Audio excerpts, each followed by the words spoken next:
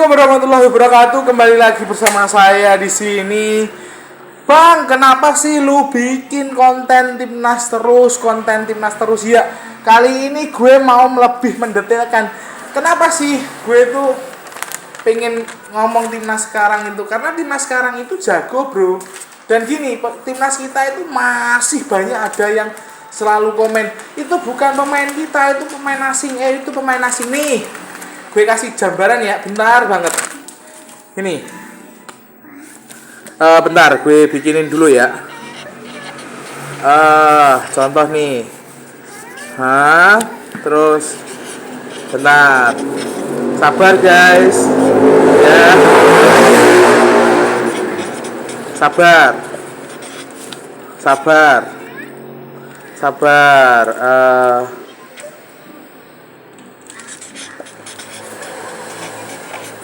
Nih, gue jabarin nih, gue bikinin video buat kalian. Ini, nah, kenapa sih? Karena gini guys, menurut gue kan melihat kali ini timnas Indonesia ini banyak pemain dari keturunan, ya nggak? Nah, kalau kalian, gue sih nggak mempermasalahkan ya,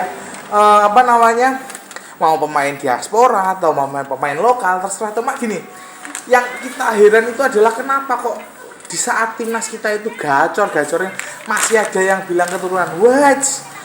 Saya itu melihatnya bukan dari sisi naturalisasi. Mohon maaf ya, mbok kita bisa naturalisasi Ronaldo, Neymar, terus siapa lagi misalkan Iniesta atau mungkin Mbappe sekalipun, saya nggak mempermasalahkan. Cuma yang mempermasalahkan gini, ini kan pemain keturunan semua, bro. Ya nggak, kita nggak usah contoh Shane Patinama dan sebagainya. Anggap aja gini, lu tahu kan warga negara Suriname itu masalahnya banyak dari keturunan Indonesia, yaitu Jawa. Lu bayangin coba, ketika misalkan nih mereka anak cucunya akan membela Indonesia gitu, terus tiba-tiba lu tolak dengan alasan asing, apakah mereka nggak sakit? Kayak gini contoh deh, nih gue bikinin. Nah nih, di sini ada nama, saya bikin settingan Ngatmo. Terus di sini ada bawahnya ada Agus, di sini ada Suryatin, di sini ada Antoni. Nah, kenapa gue bikin seperti ini guys? Nih Antoni ya. Nah, gue sih nggak mempermasalahkan pemain-pemain diaspora. Cuma masalahnya gini guys, kan ibarat kata gini, misalkan nih yang paling bawah sendiri Antoni ini memiliki keturunan darah Indonesia, misalkan dari sang buyut, misalkan buyutnya namanya ini Ngatmo. Terus kalau kalian nolak, apa nggak sakit coba? Mbah Ngatmo ini yang bayangkan, ibarat kata Mbah Ngatmo ini punya anak Agus.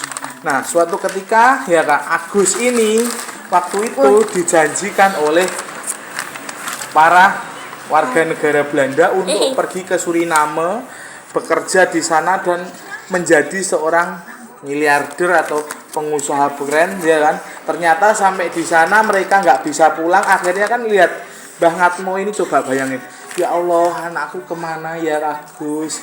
Gimana ya kabarnya sekarang, kok wis nggak ada kontak? Begitu juga lihat, ini Agus juga. Ya Allah, Bapak piye ya Pak Ngatmo? Ya Allah, aku kangen Pak, aku ra iso mulih. Aku saiki menetap ning kene iki, aku ra iso. Bayangkan coba. Ya enggak? Terus akhirnya, mohon maaf nih saya settingkan ya. Misalkan Mbah Ngatmo ini akhirnya wafat, terus Pak Agus ini akhirnya wafat, sampai akhirnya Pak Agus ini punya anak Suryatin, ya enggak? Akhirnya kan terus gini ya Kak, Suryatin gini, ini namanya Suryatin guys ya. Mohon maaf, ini settingannya agak sedikit habis karena spidolnya habis. Nah, maksudnya gitu. Jadi jangan kalian itu seakan-akan kayak waduh, pemain asing. Ya bayangin gitu loh, kayak yang Suriname begini, bayangkan. Misalkan Mbah Ngatmo punya anak Agus.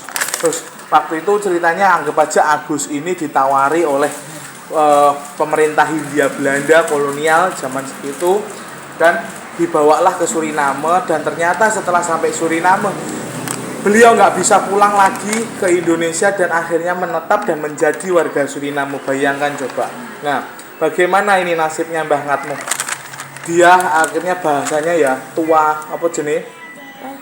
ning Indonesia. Misalkan anggap aja kalau misalkan Mbah Ngatmo cuma punya anak satu, terus dia akhirnya anaknya si Agus ini karena nggak pulang ya Kak, Terus dia akhirnya berpikir, ya Allah, ya apa ya anakku, ya Allah kepriye ya anakku saiki Agus.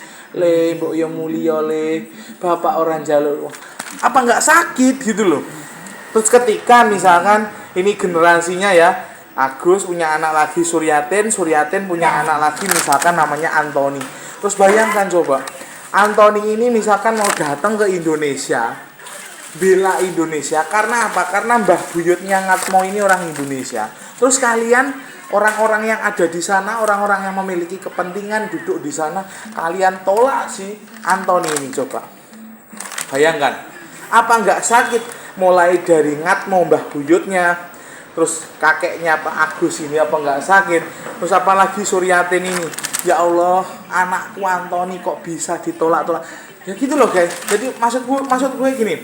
Oke lah, kalian boleh membenci pemain keturunan, gak apa-apa, itu hak kalian. Tapi ya guys, minimal kalau kalian memang memiliki, maksudnya kan, kalau mereka memiliki rasa cinta dengan Indonesia dan mau bergabung dengan Indonesia, it's okay, gak masalah dong. Jangan di mana ya kayak ini loh. Misalkan Mbah Ngatmo punya anak Agus ini yang mulai dibawa ke misalkan Suriname, terus sampai Agus ini sampai punya anak Suryatin sampai punya anak Anthony lagi.